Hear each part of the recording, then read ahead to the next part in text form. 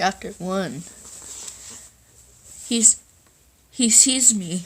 Charlie dropped to her hands and knees. She was wedged behind a row of arcade games, cramped in the crawl space between the consoles and the wall. Tangled electrical cords and useless plugs strewn beneath her. She was cornered. The only way out was past the thing, and she wasn't fast enough to make it. She could see him stalking back and forth, catching flickers of movement through the gaps between the games. There was scarcely enough room to move, but she tried to crawl backward. Her foot caught on a cord. She stopped contorting herself to carefully dislodge it. She heard the clash of metal on metal and the farthest console rocket back against the wall. He hit it again, shattering the display. Then attacked the next, crashing against them. Almost rhythmically, tearing through the machinery, coming closer. I have to get out. I have to. The panic thought was of no help. There was no way out.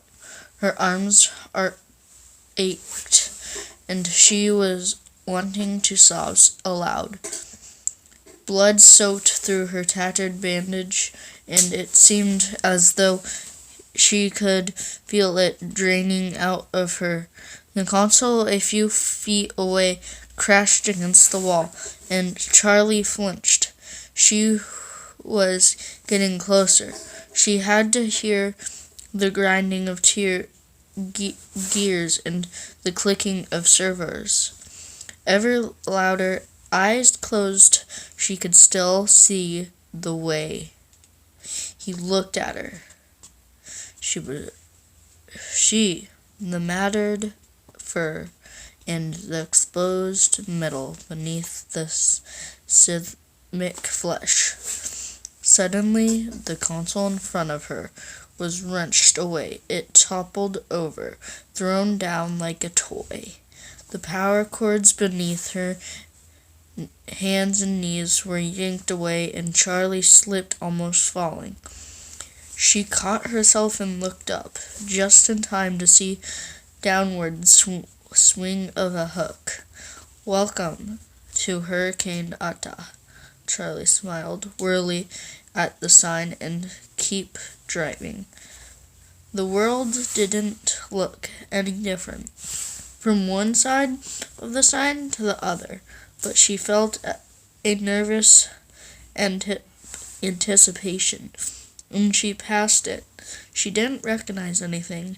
Then again, she hadn't really expected to. Not this far. At the edge of town, where it was all highway and empty space, she wondered what others would look like, who they were now. 10 years ago, they'd been best friends, and then it happened, and everything ended, at least for Charlie. She hadn't seen any of them since she was 7 years old. They had written all the time as kids, especially Marla, who wrote like she talked, fast and inaccurate.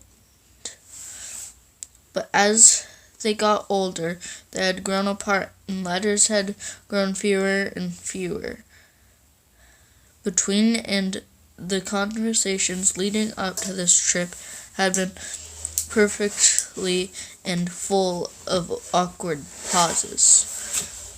Charlie repeated their names as though to reassure herself that she still remembered them.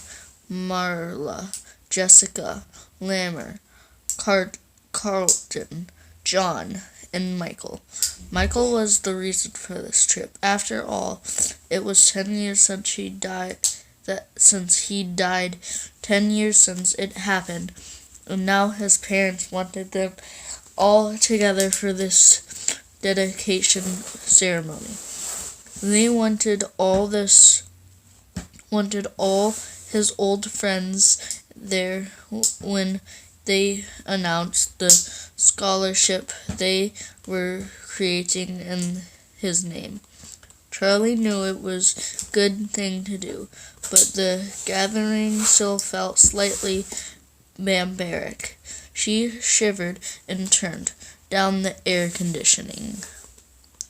Even though she knew it was not the cold, as she drove into town center, Charlie began to recognize things.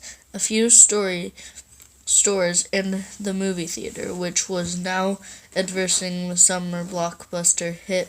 She fell off a brief moment of surprise and smiled at herself. What did you expect?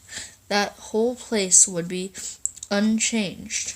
A moment to the moment of your departure, frozen forever in July 1985. Well, that was exactly what she had expected. She looked at her watch, still a few hours to kill before they all met up. She thought about going to the movie, but she knew what she really wanted to do. Charlie made a left turn and headed out of town. 10 minutes later, she pulled up to a stop and got out. The house loomed up before her, its dark outline and wound in the bright blue sky. Charlie leaned back against the car, slightly dizzy. She took a moment to steady herself with deep breaths. She had known it would be her, an elegant rock through. It would be her, an elegant through her aunt's bank books. A few years before, had her mortgage was paid off and Aunt Jen was still paying property taxes. It only had been 10 years. There was no reason it should have changed at all. Charlie climbed the steps slowly, taking and peeling paint. The third stair still had a loose board and rose bushes had taken over the side of the porch, their thorns biting hungrily in the wood. The door was locked, but Charlie still had her key. She had never actually used it. As she took it from around her neck and sliding it into the lock, she remembered her father putting its chain around her neck, in case you ever need it. Well, she needed it now. The door opened easily, and Charlie looked around.